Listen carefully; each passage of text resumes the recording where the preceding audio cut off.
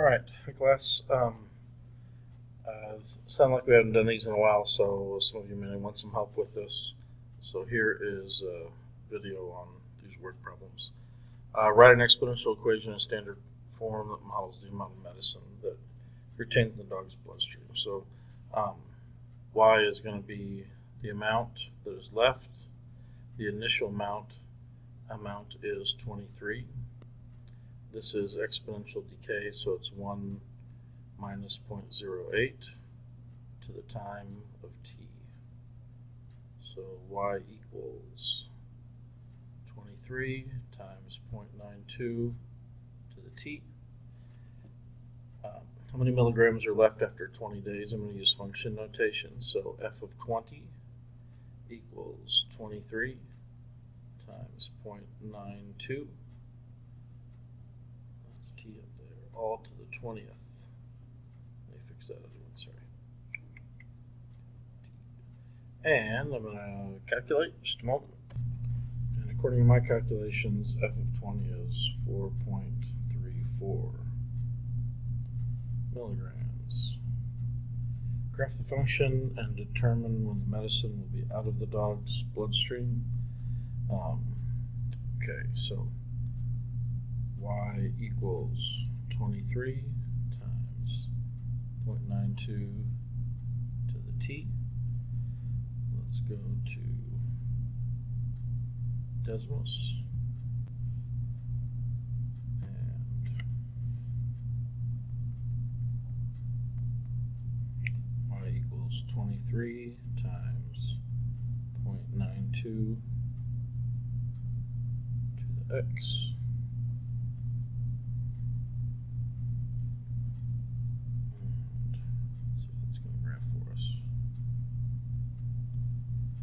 When are we out of the bloodstream? Well, zeros are asymptote, isn't it? So we've got to think about what would it mean to be out of the bloodstream. How about 0.2? So let's say y equals 0.2. And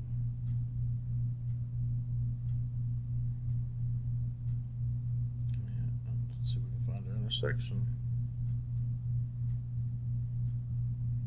I think we're pretty close, aren't we?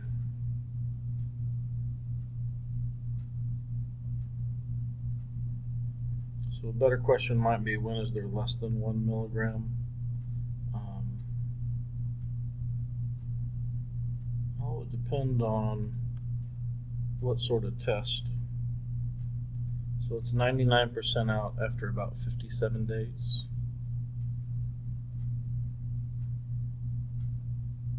So I can say that.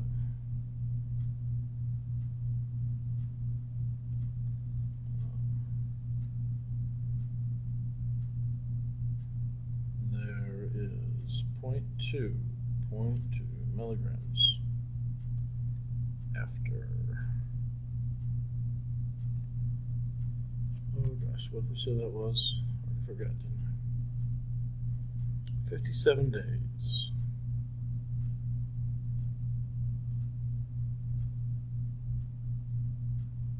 Okay, let's keep rolling. I'm going to buy a new car.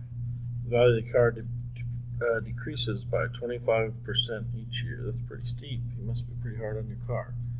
Write exponential decay that models the value after t years. So, very similar.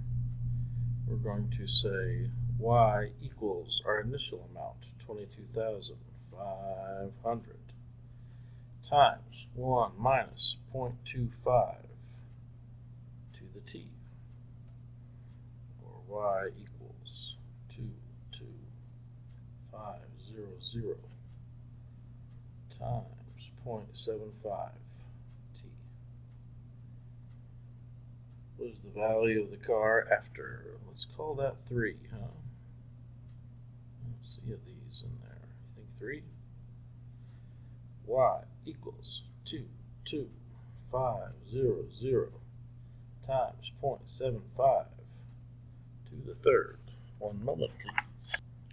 And this ends up to be about $9,492.19. 19 cents.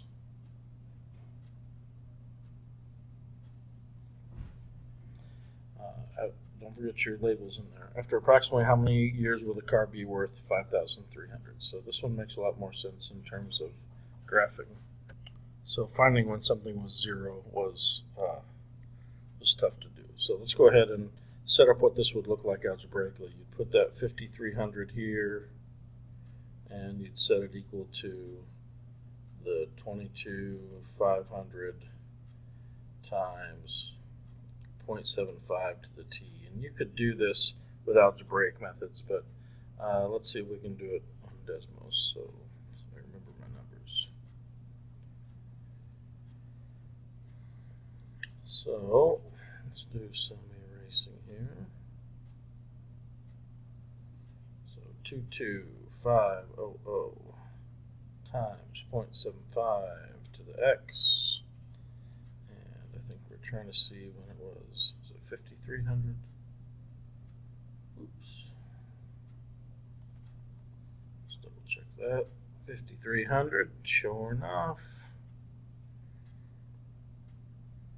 All right, and let's see if we can find where this is crossing. So there's our little graph. You can always hit the home button, and that'll center you on 0, 0. And talking some money, right there it is.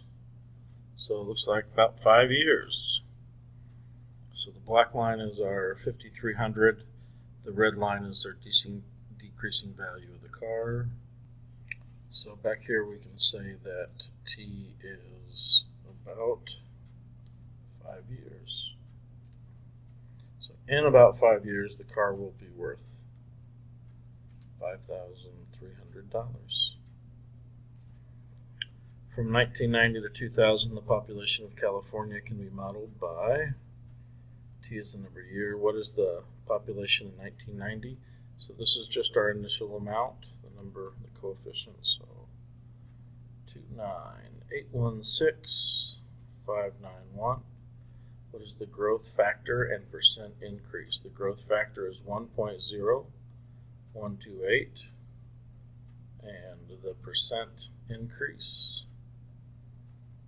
is that -1, so it's going to be written as a decimal, 1.28%. Sorry, not as a decimal, written as a percent. Estimate the population in 2007. So from 1990, that is going to be 17 years. So we're going to say 29816,591 times 1.0128 all to the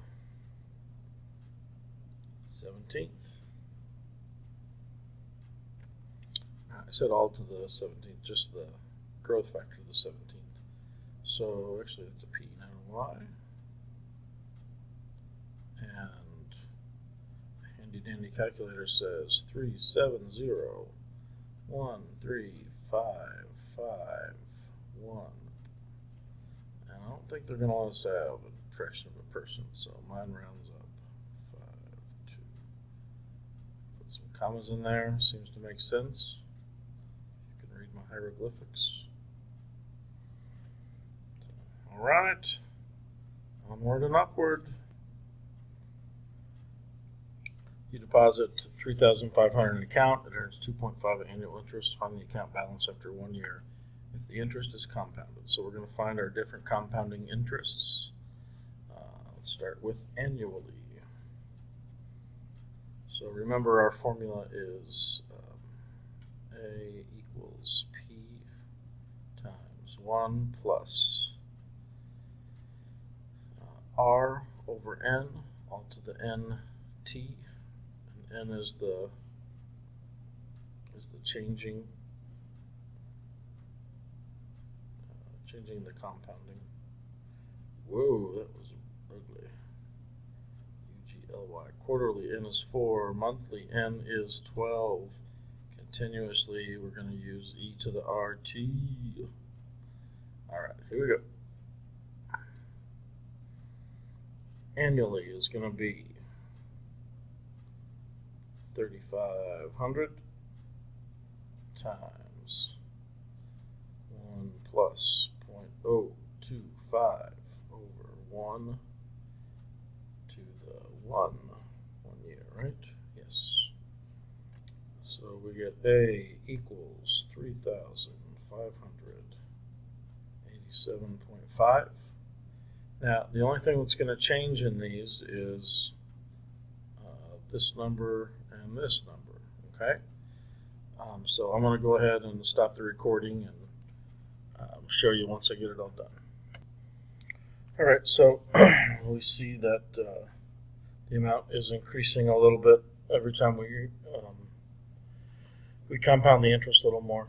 The continuous is your principal times e to the RT, your PERT equation, and that's as fast as it can grow. This is the most number of compounds, I should say.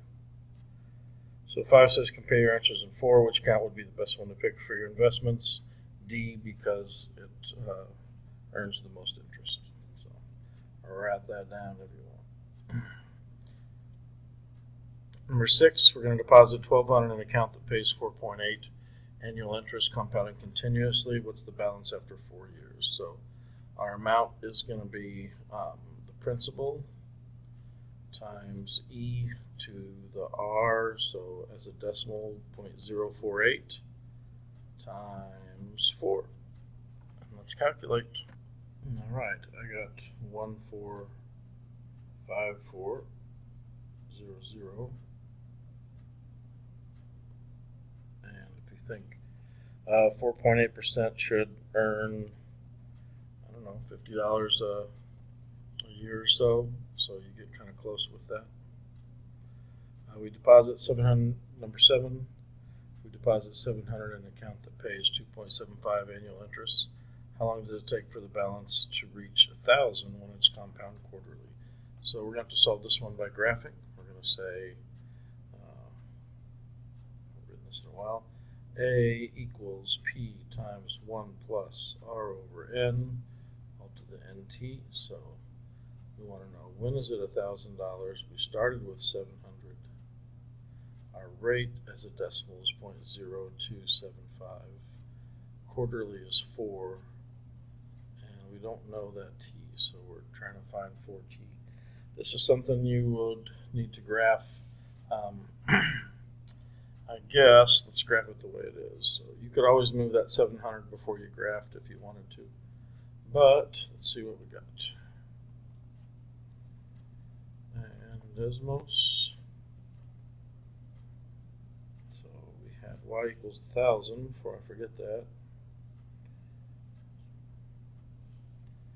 And we had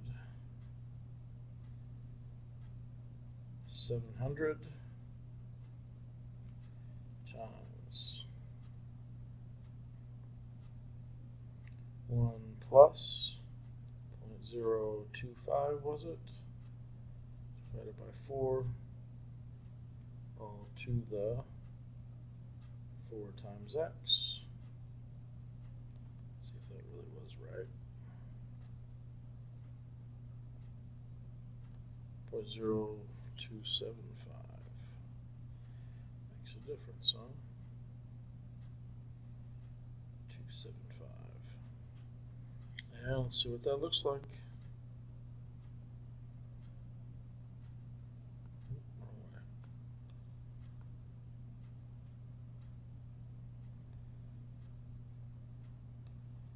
When is it going to be $1,000? Looks like in about 13 years. So there's our intersection.